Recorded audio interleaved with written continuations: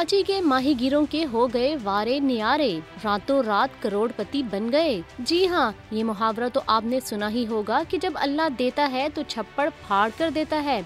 ऐसा ही कुछ हुआ इन माहीगीरों के साथ जब अचानक उनके जाल में करोड़ों रुपए मालियत की 300 से जायद नायाब सुआ मछलियाँ फंस गयीं। कोस्टल मीडिया सेंटर के मुताबिक इस नायाब सुआ मछली का गोश्त 1000 रुपए फी किलो है, जबकि फी सुआ मछली की कीमत 70 लाख से 1 करोड़ रुपए तक की है। सुआ मछली का वजन 20 से 40 किलो तक होता है, जबकि इसकी लंबाई 1.5 मीटर तक हो सकती है। ये आमतौर पर मशरकी एशियाई ममालिक के समंदर में पाई जाती है। सुआ मछली के पेट से निकलने वाली चर्बी की वजह से ये सुआ मछली बहुत ही कीमती समझी जाती है, क्योंकि इससे फोटा ऑपरेशन का धागा बनता है और इसे गोल्ड सुआ भी कहते हैं।